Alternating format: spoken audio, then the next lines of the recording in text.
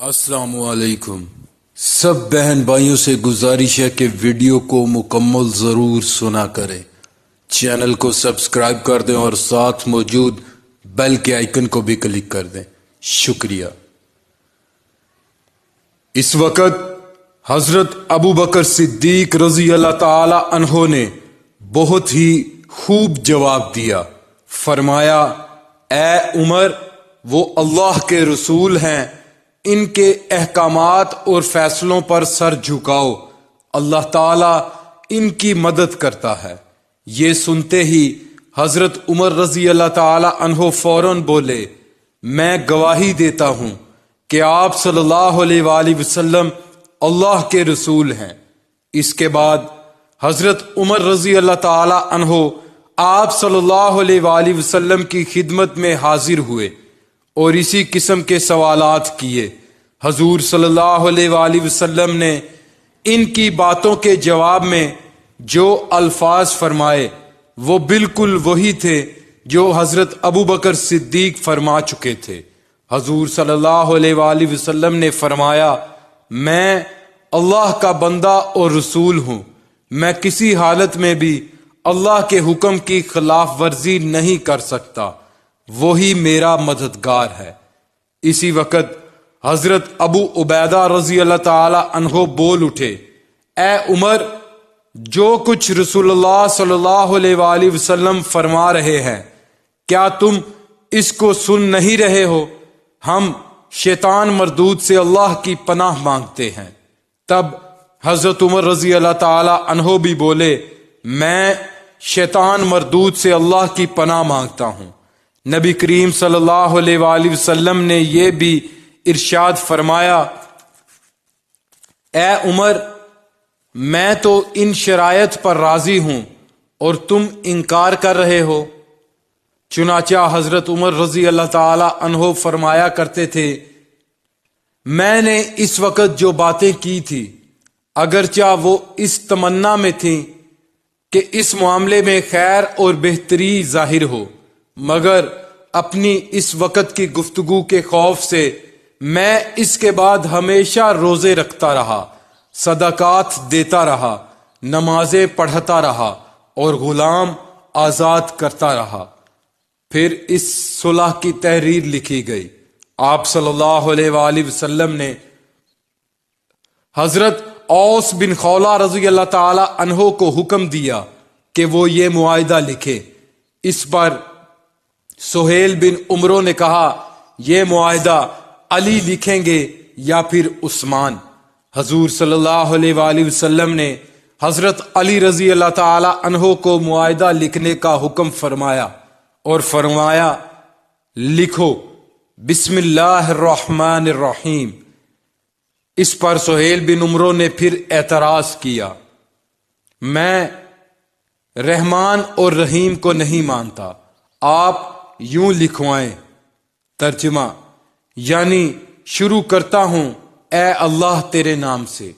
حضور صلی اللہ علیہ وآلہ وسلم نے حضرت علی رضی اللہ تعالی عنہ سے فرمایا، اسی طرح لکھ دو۔ انہوں نے لکھ دیا تو حضور صلی اللہ علیہ وآلہ وسلم نے فرمایا، لکھو، محمد رسول اللہ نے ان شرائط پر سہیل بن عمرو سے صلح کی۔ حضرت علی رضی اللہ تعالی عنہ لکھنے لگے، لیکن سہیل بن عمرو نے پھر اعتراض کیا، اگر میں یہ شہادت دے چکا ہوتا کہ آپ اللہ کے رسول ہیں تو پھر نہ تو آپ کو بیت اللہ سے روکا جاتا، نہ آپ سے جنگ ہوتی۔ اس لیے یوں لکھیے، محمد ابن عبداللہ۔ اس وقت تک حضرت علی رضی اللہ تعالی عنہ حضور صلی اللہ علیہ وآلہ وسلم کے ارشاد کے مطابق وہ عبارت لکھ چکے تھے، اس لیے آپ صلی اللہ علیہ وآلہ وسلم نے ان سے فرمایا، اس کو مٹا دو۔ حضرت علی رضی اللہ تعالی عنہ نے عرض کیا، میں تو کبھی نہیں مٹا سکتا۔ اس پر رسول اللہ صلی اللہ علیہ وآلہ وسلم نے ان سے فرمایا، مجھے دکھاؤ یہ لفظ کس جگہ لکھا ہے۔ حضرت علی رضی اللہ تعالی عنہ نے لفظ آپ صلی اللہ علیہ وآلہ وسلم کو دکھایا۔ حضور صلی اللہ علیہ وآلہ وسلم نے خود اپنے دستے مبارک سے اسے مٹا دیا۔ اس کے بعد حضرت علی رضی اللہ تعالی عنہ کو لکھنے کا حکم فرمایا۔ لکھو، یہ وہ سمجھوتا ہے جس پر محمد بن عبداللہ نے سہیل بن عمرو کے ساتھ صلح کی۔ اس کے بعد حضور صلی اللہ علیہ وآلہ وسلم نے فرمایا، اللہ کی قسم، میں اللہ کا رسول ہوں، چاہے تم مجھے جٹلاتے رہو اور میں ہی محمد ابن عبداللہ ہوں۔ یہ معاہدہ ابھی لکھا جا رہا تھا کہ اچانک ایک مسلمان حضرت ابو جندل ابن سہیل رضی اللہ تعالی عنہ اپنی بیڑیوں کو کھینچتے وہاں تک آ پہنچے۔ مشرکوں نے انہیں قید میں ڈال رکھا تھا۔ ان کا جرم یہ تھا کہ اسلام قبول کیوں کیا، اسلام چھوڑ دو یا پھر قید میں رہو۔ یہ ابو جندل رضی اللہ تعالی عنہ اسی سہیل بن عمرو کے بیٹے تھے جو معاہدہ طے کر رہا تھا۔ یہ کسی طرح قید سے نکل کر وہاں تک آ گئے تھے تاکہ اس ظلم سے نجات مل جائے۔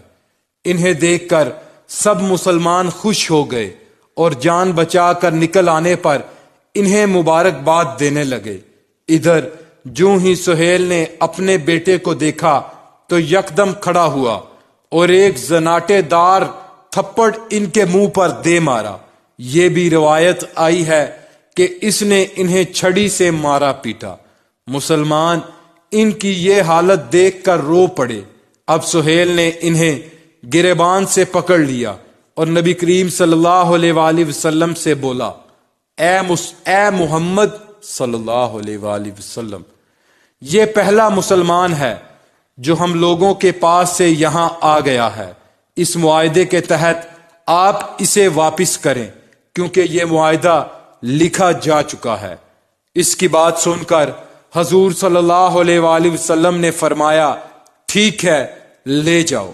اس پر ابو جندل رضی اللہ تعالی عنہ نے بے قرار ہو